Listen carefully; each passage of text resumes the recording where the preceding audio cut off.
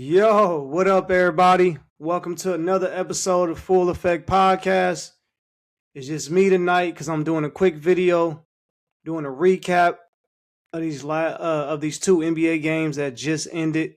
But I would appreciate if y'all can hit that subscribe button, share, like the content. I would highly appreciate it, and follow us on our TikTok page, Full Effect Podcast. People, San Antonio Spurs blew the Timberwolves out for the second straight game. Final score of 139 to 109. It's a 30-point blowout. This was over about mid-second quarter, I guess you can say, when they start pulling away with the lead. But Wemby had 19 and 6. Fox had 21, 9 assists. Before I go on with the stats, is just getting 21 from Fox is important to me because when he's orchestrating the offense and he's getting everybody in their spots, getting them open shots, but he's taking smart shots. The Spurs play way more efficient, but getting 21 from him is huge. Now, Wemby didn't do a lot, 19 points, but what was huge, getting 32 from Castle. That was huge. Anytime when your main star can't get it going, then you can get 21 and 32 from the other two guys. Castle also had 11 rebounds. He had more than Wemby. I don't like seeing that stat from Wemby. You got to have at least 10 rebounds, bro. And this kid Harper, man, I keep explaining, keep telling people he has been my favorite rookie this whole season. And I like VJ from Philly, but this kid here, he gave you another 15 points, 5 rebounds, 2 assists in 26 minutes. In 26 minutes. This kid has consistently given you 12 to 17 off the bench in the playoffs. Now, their bench didn't do much this game. You only had 6 from Cornette, 3 from Bryant. Johnson gave you nothing. But they starters did their thing, like I said, 32 from Castle. Spagni, 18. Fox, 21. Vassell, 11. Everybody in double figures. So, I think what really did it for this game, to me, was I feel that, again, the Timberwolves didn't shoot good from 3. Wasn't terrible, but it wasn't great. It was 12 for 34, but the Spurs shot 18 for 38. A lot of that thanks to Castle. He came out trying to pour it on right out the gate. And I just think not only did the Spurs come out and punch first, again, they were more physical. They were getting the loose balls. You can tell that they wanted it more. And they wanted to snatch the heart out of the Timberwolves. And that's what they did. Like I said, from midway second quarter, they was pulling away. And after that, it was over. It was over.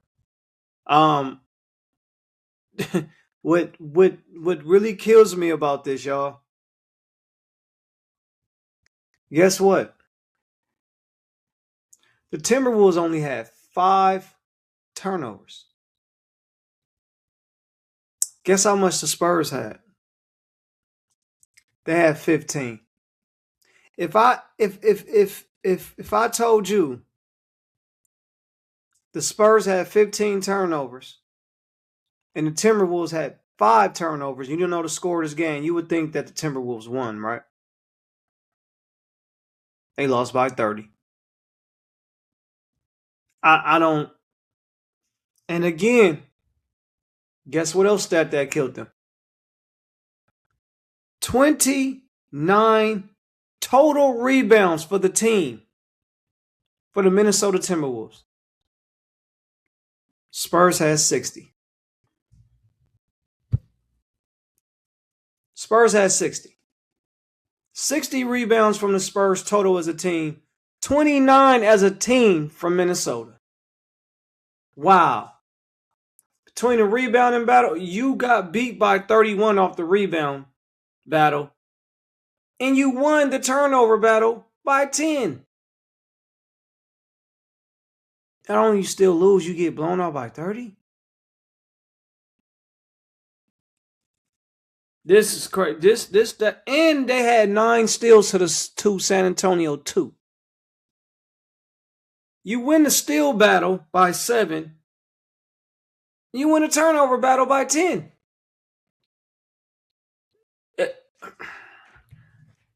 Crazy. But the field goal percentage, again, for the second game, terrible for the Timberwolves. They made 40 baskets out of 106, bringing them down to 38%. Spurs shot 56%, 49 for 88. For the second straight game, they shot way better than the Timberwolves, field goal percentage-wise. They won the rebounding battle. Again, they shot better from 3.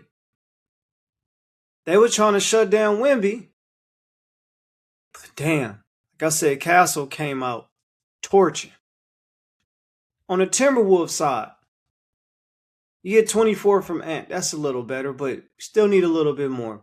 But, okay. Gobert. It's my problem with him again. 3 rebounds. Last game, you only had 5. 3 rebounds. 0 points. Reed has been consistent this whole series. He's giving you 12 to 15 you need. He gave you 18 tonight. He gave you 18. Shannon, 21. You get that off the... You get 39 from them 2 people off the bench. They got, what, 39, 49, 55, 56 points off the bench. If I tell you, people, if I tell you they got 56 off the bench, again, won the turnover battle by 10. 9 steals today, too. You would think that they won this game. Because last game, they only got 16. I think it was 19 off the bench. They got 56 points off the bench. But I'm gonna tell you what the problem is, y'all. We gotta talk about something. We gotta talk about something. Randall. Oh boy. Last game he gave you 17. What I feel what you need from Randall is 17 to 22. If you can get 25 to 30 from that. And you're going to need somebody off the bench and another person to come along. But last game he gave you 17, right? But like I said, he's been up and down, nothing consistent. Wanna know how many points Randall gave you tonight?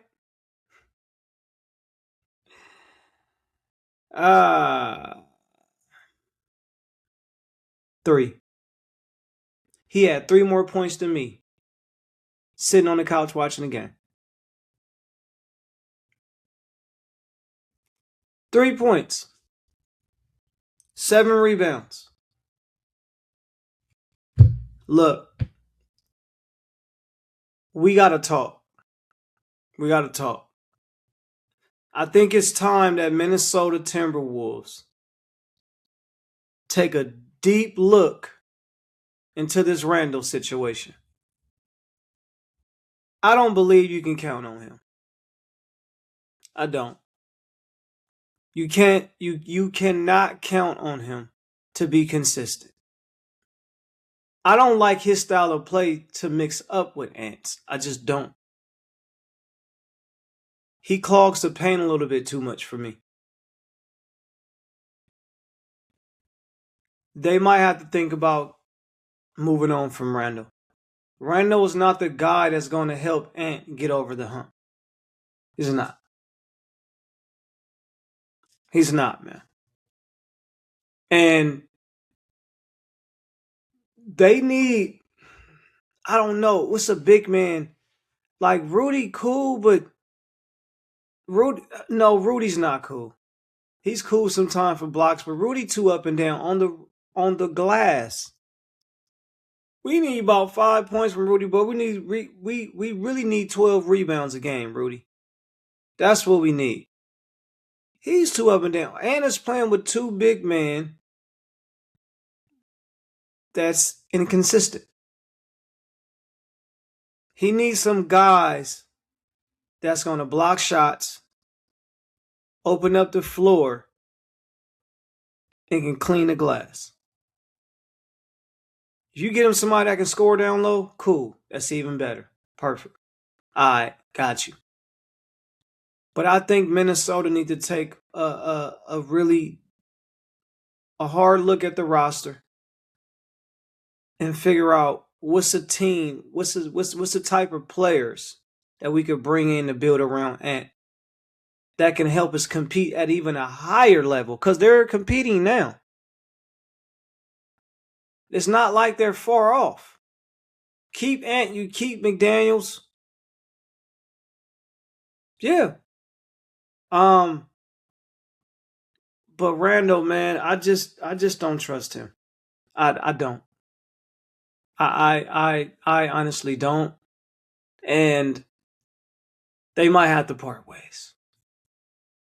So, but yeah, fellas, people, the San Antonio Spurs is moving on to face the Oklahoma City Thunder. OKC, you now have that matchup that you've been struggling with all season. Before I give my thoughts on that on that series, I said in the last episode with the rest of the fellas from the podcast, I said the Spurs want to close it out. Because not only because I felt like they were the better team, I trust their bench. I love their young, talented star role players. Castle, Vessel, Harper, the rookie, Johnson. They're young, just like OKC, who plays defense, who can put the ball in the bucket. I think they were going to win this game because not only, like I said, that I feel like they were all around better team, and they played team defense a lot better than Minnesota. They see OKC sitting at home.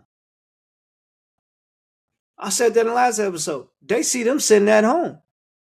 Oh, nah, fellas, we gotta close this out. We already, because OKC got what?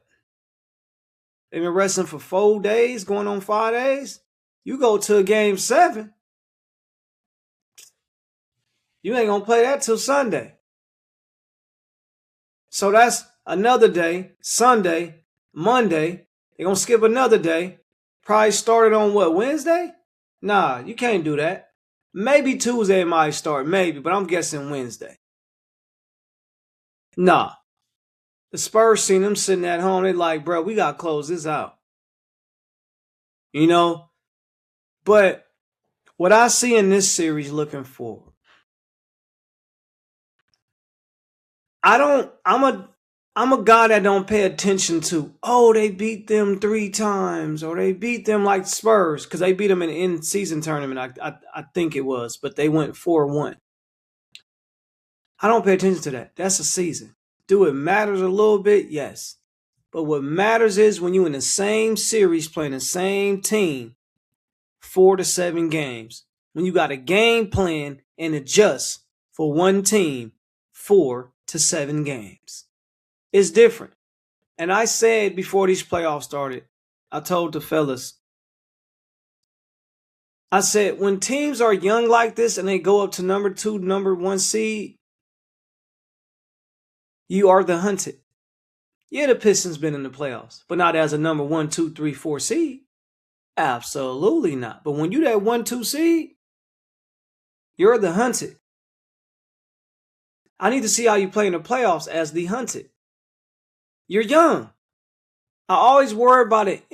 I always worry about a young team that lack experience. You could be talented out this world. I'm not doubting you. I just need to see what you do in the playoffs. And Detroit showed me a lot of hiccups in that first round.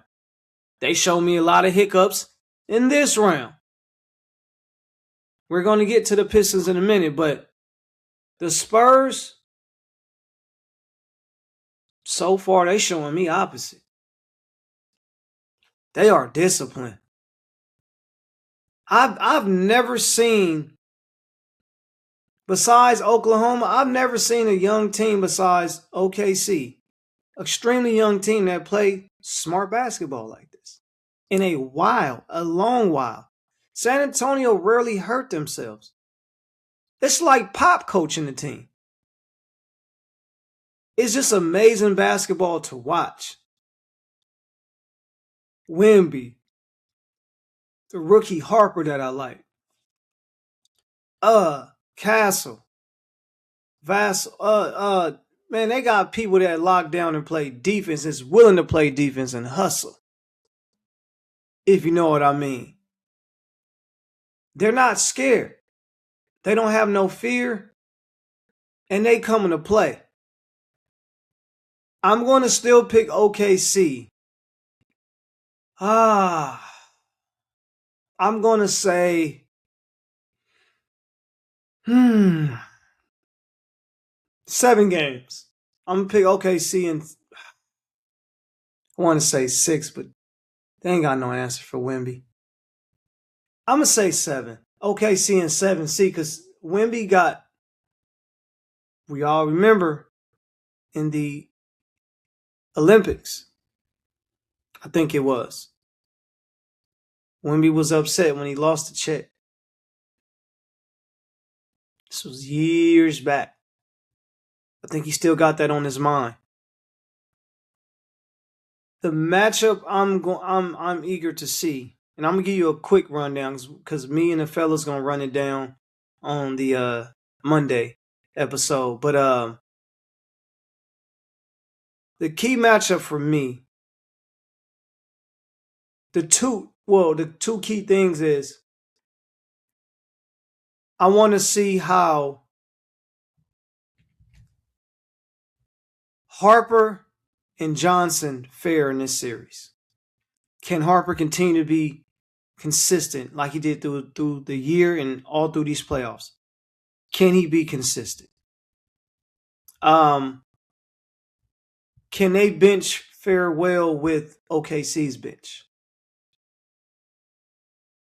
I don't think they're. I think Hardenstein can be a little bit more physical with Wemby.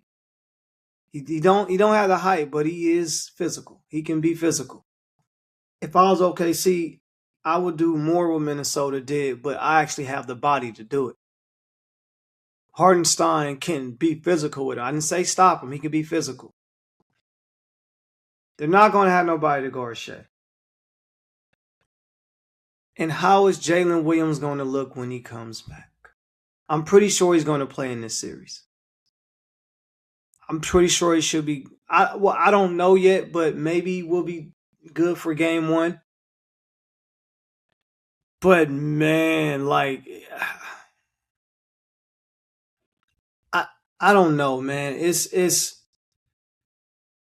Jalen. The Jalen Williams thing is going to be really tricky for me if he plays, because when you've been out for so long, especially with injury, you're rusty because you haven't been playing full 5-on-5, full speed basketball. It's so yeah, we're going to see, man. We're we're going to see how that fared because, like I said, the bench. It's like you got Caruso, Wallace, and McCain, and you got the other Williams kid, ISO. They loaded off the bench. You got Isaiah Joe, Wiggins. They like 6, 7 deep off the bench. And that kid Mitchell has been sensational. The matchup I'm looking forward to seeing is, I want to say, Mitchell and Castle. I want to say no. It'll be no. I mean not Castle. It'll be Vassell. Can he play decent defense on Mitchell? So yeah, we're gonna move on from that. That's my thoughts on that. But well, the Detroit Pistons forced a game 7, y'all, and they won. Early fourth quarter, they start pulling away. I thought the Cavs was gonna finish him off because the reason why I thought the Cavs was gonna finish off the Pistons. Most of the time when you blow a game in the playoffs, it'll bite you in the ass. Absolutely. It'll bite you in the ass. They blew game 5. They had that. It was like 4 and change left in the game. They had that game won. They blew it. And this is what I'm telling you about teams, young teams who's at that 1-2 spot, who don't have experience. Everybody is hunting them. You're no longer the hunter. Maybe being an 8 seed, 7-6 seed, sneaking in the playoff. Nah, man. They made some bonehead, dumbass mistakes. It cost them game 5. But that's how talented the Pistons is, though. They could come back and steal a game. Like they did game 6 in Orlando. That was an elimination game. But Cunningham, you got 21 from Cunningham. Duran finally had a solid game. 15. Wasn't good, but it's solid. 15. Jenkins, 15. Thompson, you got 10 and 9. I'm happy with that. You don't need him to score a lot, but you got 10 and 9. You can take that. LeVert, 8. Robinson, 14. Tobias Harris finally came back down to earth. 6 points. And he's been sensational in this series. He's been phenomenal. But he finally had that game. Cunningham was 7 for 9 from the field, 5 for 10 from 3. You had 23 from Harden, 18 from Mitchell. Mitchell and Harden. Now, Harden, that's cool. If you get 23 from Harden at this stage in his career, I'm happy with that. But Mitchell didn't have a cool game. Mobley had a good game consistently. 2 games in a row. That's what I've been wanting. But they didn't get too much from their star and they bench. They got 6 and 10. Strus and not Schroeder, Miro. Look, this game was won by the defensive side from Detroit. They shot good from the field. They shot 52% from the field. They shot 43 at 82. Cavs shot 39% from the field. They were 44 from 3, the Pistons were. 16 for 36. I'll take that any day. Any day. Turnovers. Both teams was dreadful. 17 for Detroit, 20 for Cleveland. The rebounds. It was only a 3 rebound difference.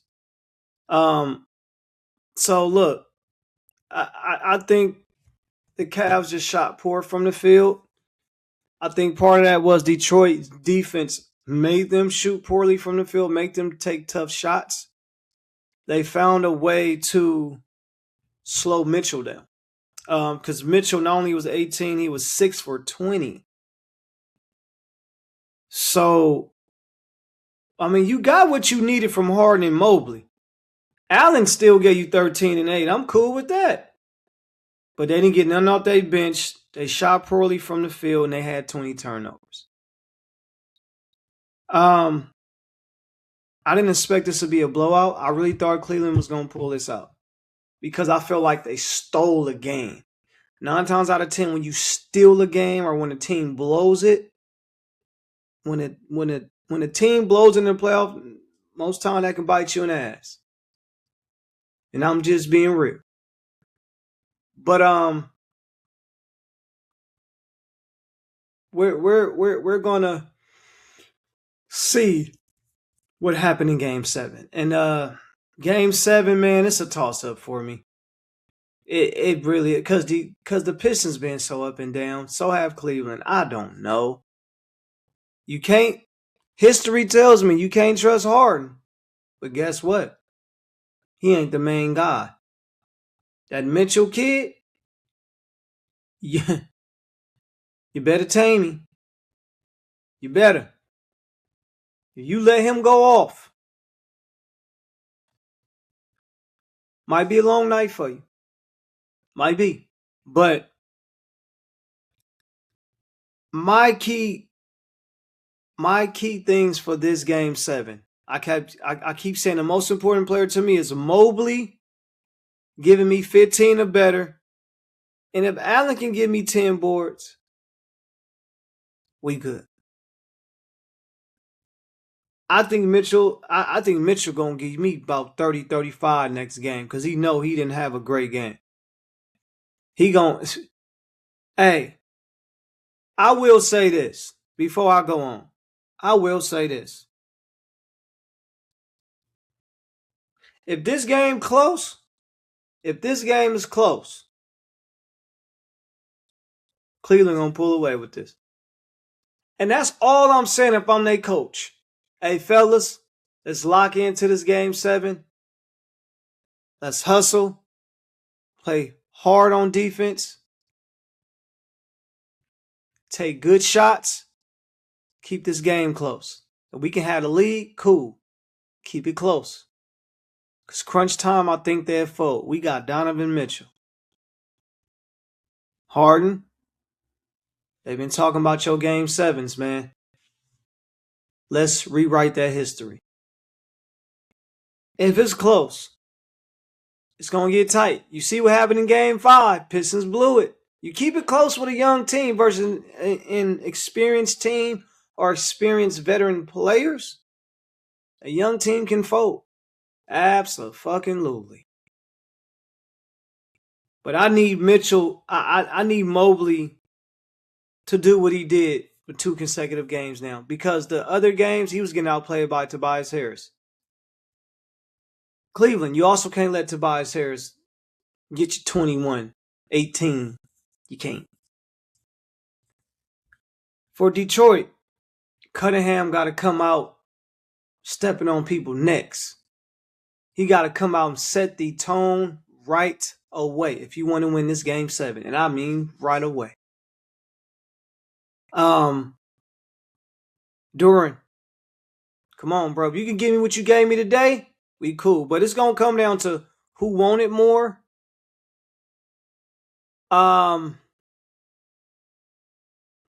Defense, and who wants it more, and whoever win the rebounding battle, I feel like it's going to win this Game 7 and move on. But if it's close, I think Cleveland's going to take it.